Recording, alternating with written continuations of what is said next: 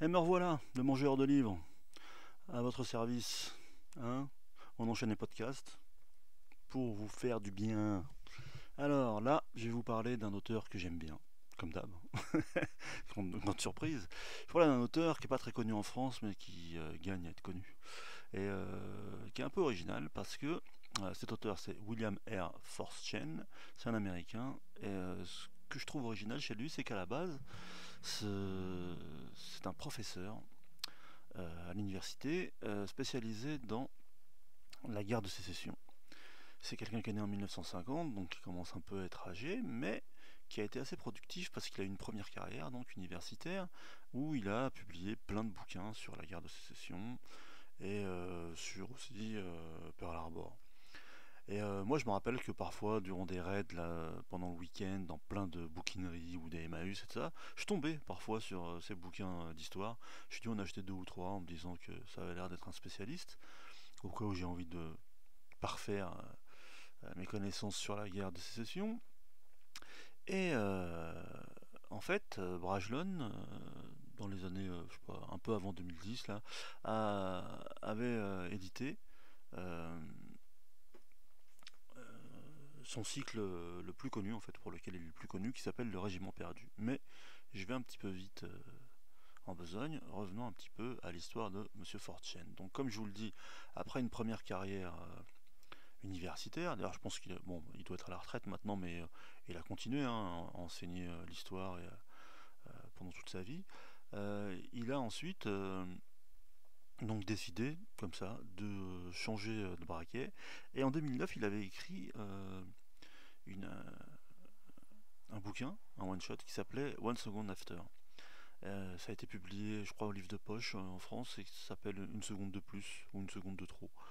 Et en fait, dans ce livre, il s'interroge sur les effets qu'aurait une bombe nucléaire qui exploserait à haute altitude au-dessus des États-Unis et qui créerait une impulsion électromagnétique qui donc annihilerait toute la technologie aux États-Unis. Et le truc marrant, c'est que les congressmen américains doivent lire de la SF ou de l'anticipation parce que suite à la parution de ce bouquin, il y a eu une commission qui s'est créée au Congrès et donc qui a interrogé Fortune sur justement cette possibilité et ce qui pourrait se passer après. Et ça a donné lieu ensuite à des lois qui ont fait que le gouvernement américain a accéléré en fait comment dirais-je, les réponses technologiques à une telle éventualité en fait que ça arrive quoi. Donc moi ça m'avait fait délirer quand j'avais appris ça. Je me suis dit putain, au moins les élus américains, bah, ils lisent quand même et ils lisent aussi de l'imaginaire. Et grâce à ça, parfois, ils font avancer leur pays, quoi.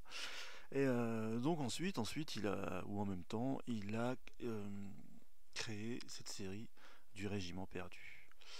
Ouais, le premier. Ah non, non, le premier, en fait, il l'avait écrit en 1990. Ah ouais. Ah ouais. Et Brajlon l'avait édité en 2007. Et le truc, en fait, c'est qu'il y a 9 volumes dans cette série. Brajlon n'en a édité que 4. Ça a ensuite été réédité chez Milady, vous savez, la maison de poche de Brajlon. Et bah, faute de combattants, en fait, hein, ça n'a pas trop marché apparemment. Pourtant, c'est un super cycle. Et nous, on a de la chance en tout cas, parce que les 4 premiers, c'est une tétralogie en vérité. C'est un cycle dans le cycle. On peut s'arrêter là. Bien sûr, les 5 qui suivent sont des suites directes de ce qui se passe dans les 4 premiers, mais on va dire c'est la première partie et si ça vous plaît et que vous n'avez pas envie de lire plus, à la fin c'est pas genre un cliffhanger de fou, c'est la première partie du cycle. Si ça vous plaît, bah vous pouvez enchaîner avec les poches en anglais, c'est disponible sur Amazon, ça coûte pas très cher et c'est facile à lire. Donc revenons donc à ce cycle. Qu'est-ce que c'est ce cycle du Régiment perdu? Et moi je le trouve vachement original en fait, parce qu'il s'est servi de ses connaissances justement universitaires et sur sa spécialisation qui était la guerre de sécession. En fait, dans ce cycle, il y a un régiment de Yankees pendant la guerre de sécession qui doit évacuer un port pendant une bataille et donc ils prennent un bateau militaire hein, et ils se retrouvent en fait pendant une tempête, ils passent à travers une faille, une brèche dimensionnelle là, et ils se retrouvent sur une autre planète, sur un autre monde. Donc ils comprennent pas ce qui leur arrive, ils remontent un fleuve et puis finalement ils, ils mouillent un endroit quoi et pas très loin ils découvrent un village qui est peuplé de Russes, genre du 18e ou du 16e siècle et qui est apparemment enfin dont les habitants sont apparemment originaires de la Terre aussi puisque c'est des humains qui parlent russe. Alors le premier choc passé, ils essayent de communiquer avec eux, c'est un peu compliqué. Il y a déjà pour pouvoir parler avec eux, je crois il doit avoir peut-être un mec du régiment qui parle russe ou un truc comme ça. Finalement, ils arrivent un petit peu à se faire comprendre et ce qui est marrant, c'est que les Russes, en fait, ils continuent à vivre comme à l'époque à laquelle ils ont passé cette fameuse brèche dimensionnelle là. Et ils sont dirigés par ce qu'on appelle des boyards. Et, c'est un peu un état totalitaire. Et il y a quand même une ambiance de soumission dans le village, une ambiance de peur. Mais petit à petit, les Américains se rendent compte que cette peur diffuse là, qu'ils se sentent bien dans la communauté russe là, elle n'est pas juste liée au fait qu'ils sont dirigés de main de fer par ces boyards là. Il y a quelque chose d'autre. Et puis tout doucement, ils se rendent compte qu'aussi dans le village, il y a des statues. Des statues à l'effigie d'espèces de monstres avec des crocs, des griffes qui doivent faire 2 mètres, 3 mètres. Et ils se demandent bien ce que ça peut foutre là, ça n'a rien à voir avec le folklore russe. Et donc, trêve de suspense, en fait, on se rend compte que sur cette planète, parce que aussi, le truc qui est fort, c'est qu'au début, on pense qu'ils sont passés dans une autre dimension. Mais en réalité, ils ne sont pas passés dans une autre dimension, ils sont sur une autre planète, à des années-lumière de la Terre, et ces brèches-là, qui leur permettent de traverser justement l'espace, en réalité, c'est ce qui reste d'une technologie super avancée que les habitants de cette planète avaient créée. Et cette planète, elle s'appelle Valenia. Et les habitants de cette planète, en fait, c'est ceux, ceux qui ont donné ces statues, quoi, en fait, ceux qu'on voit sur les statues. Il y a il y a des hordes. Nous, celles qu'on va connaître, c'est les Tulgars et les Merkis. Et ce qui est marrant, c'est qu'en fait, ils fonctionnent un peu comme les hordes mongoles à travers les steppes là. Et on se rend compte qu'ils ont eu un âge d'or. Ils ont eu un moment où ils ont développé une technologie super avancée et que, comme c'est des races guerrières, ils ont conquis en fait, ils ont bâti un empire intergalactique. Mais ça fait longtemps. Et comme tous les empires, à un moment donné, il y a eu la chute de l'empire et il y a eu une régression technologique. Et en tout cas, pour ceux qui sont encore sur cette planète, ils se rappellent, ils sont au courant qu'il y a eu un âge d'or, mais ils ont perdu la technologie et ils se déplacent à nouveau dans les steppes, une espèce de... Ils font le tour de la planète, certains par le nord, certains par le sud, et ils rançonnent en fait les différentes peuplades qu'ils trouvent sur le chemin. Et le truc, c'est que apparemment, depuis plusieurs centaines d'années, voire milliers d'années, euh, ces brèches ont amené sur cette planète différentes cultures humaines. Et ce qui est un peu plus terrifiant, c'est que ces hordes-là se servent de ces humains à la fois comme esclaves, mais aussi comme nourriture. Et c'est pour ça que les Russes là ont super peur d'eux, parce que régulièrement, donc à chaque fois que la transhumance, là, la migration de ces hordes, pour eux par exemple c'est la horde bulgare, arrive au niveau du village russe, et bah il faut payer tribut. Il faut payer tribut de plein de manières différentes, mais aussi de manière, il faut donner des gens à manger quoi. Et donc ils vivent sous la férule de ces monstres et ils n'ont pas ni la capacité ni la technologie pour résister. Donc quand ils se rendent compte que la horde va bientôt arriver, les Yankees se disent bah on va se battre quoi, on est des Américains, on est on est des Yankees, on a des fusils, on s'est battu pendant 3 4 ans là déjà aux États-Unis, là, on va continuer. Et c'est pas pour déplaire à une certaine partie de la population, mais bien sûr, l'élite, ceux qui sont bien nourris et qui ont du pouvoir grâce aux Tulgars, là, ils voient pas ça d'un bon oeil. Donc ils vont avoir un conflit à l'intérieur même de la communauté et contre les Tulgars.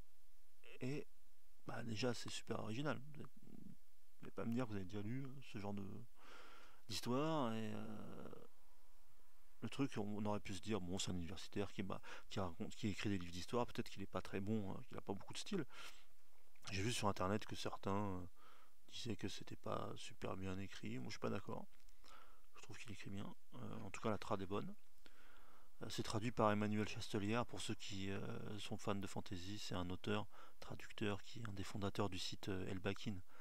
Et donc il y a des podcasts Elbakin. Pour ceux qui aiment les podcasts. Et donc moi j'ai trouvé ça bien écrit déjà et super original.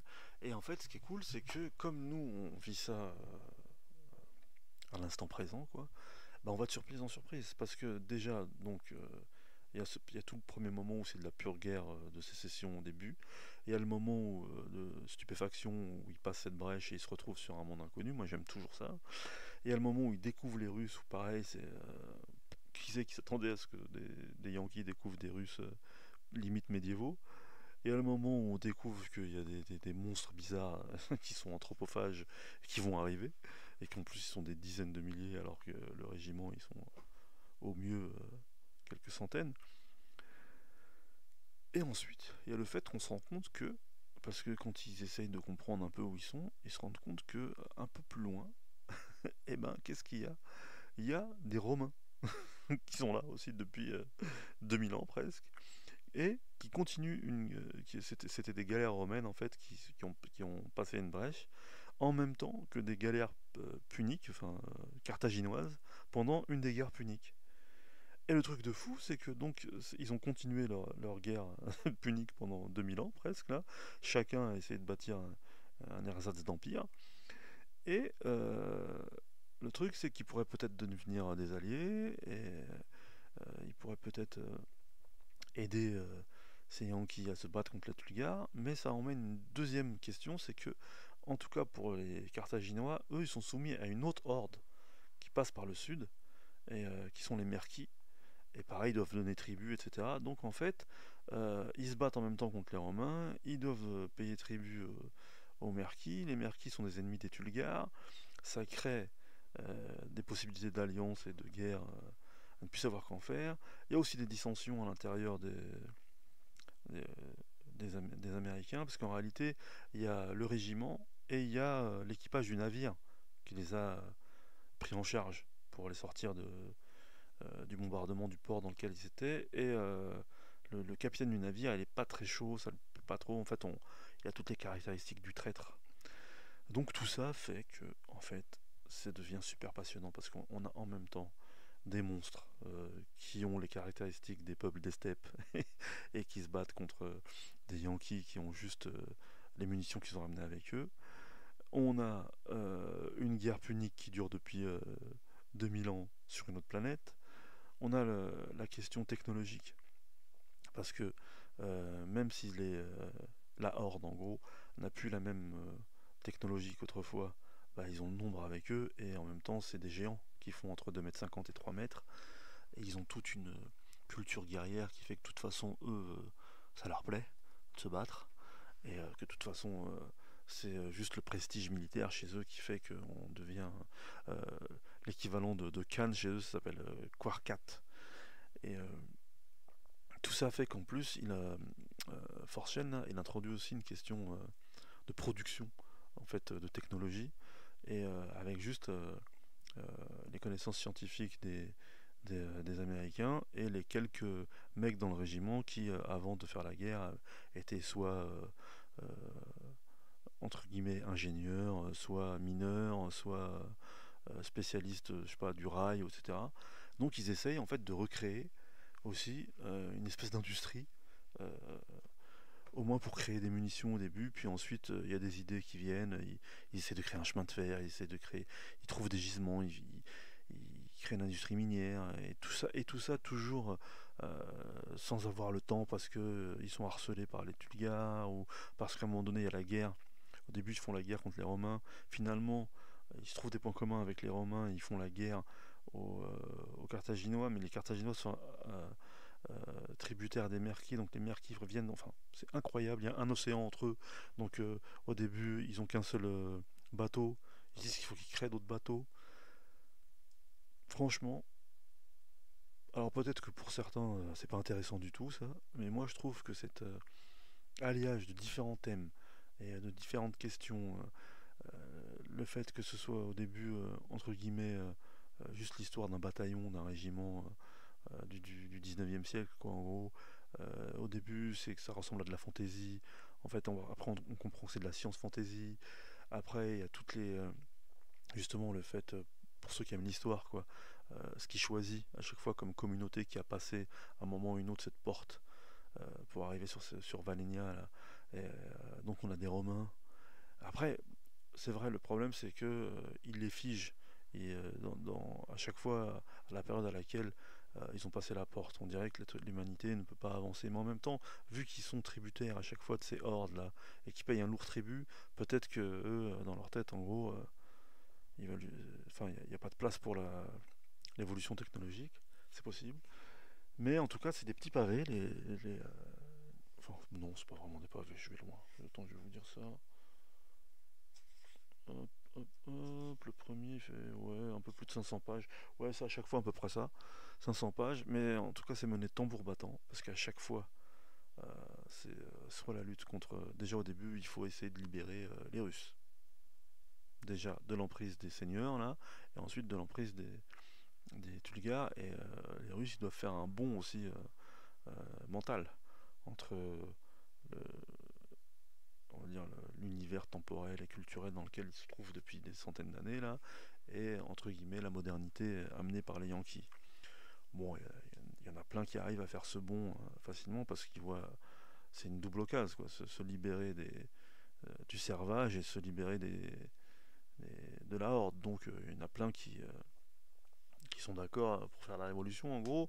Bien sûr, il va y avoir des histoires d'amour, il va y avoir des mariages mixtes.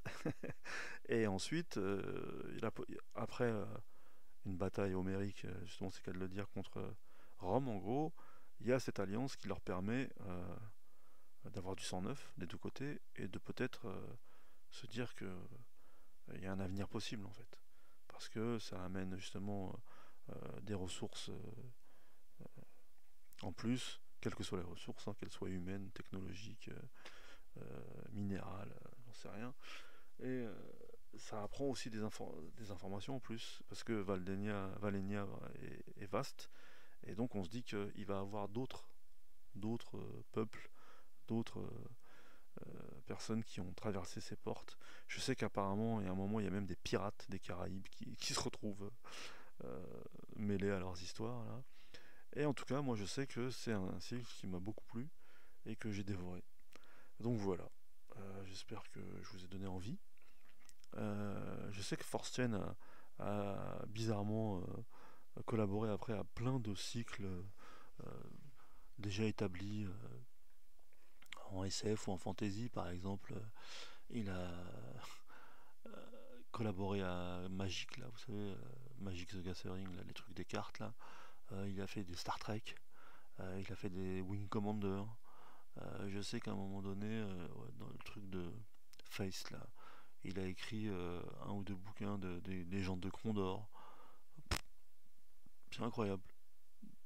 Et je sais que par exemple, c'est dommage encore une fois, mais quand je vous parlais d'une seconde après, là, aux États-Unis en fait, il y a eu trois autres euh, livres dans ce cycle. Le premier c'est One Second After, après il y a One Year After, The Final Day et Five Years After.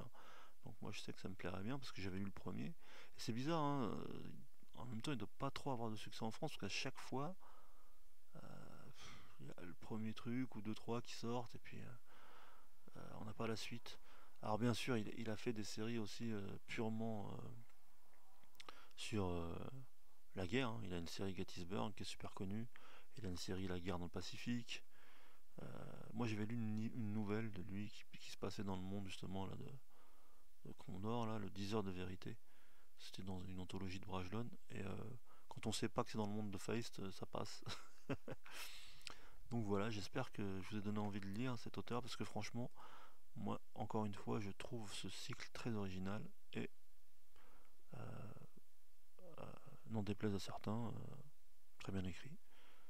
Donc voilà, c'était pour vous faire plein de podcasts d'un coup. A bientôt, cher livre-vore.